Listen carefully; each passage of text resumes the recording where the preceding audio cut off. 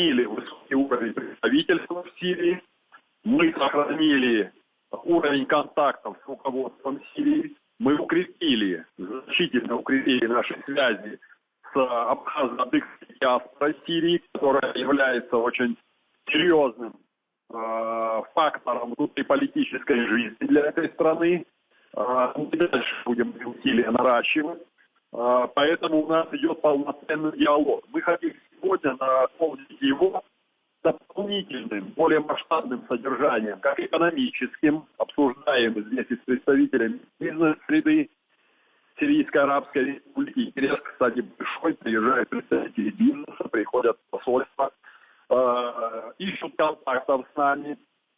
Рассказываем и нашим сирийским коллегам, членам правительства и членам бизнес-комьюнити, рассказываем о тех возможностях, которые приобрела Республика Абхазия в результате реализации очень амбициозных и масштабных экономических проектов, которые помогают осуществлять наша страна, партнер Российская Федерация, наш главный союзник.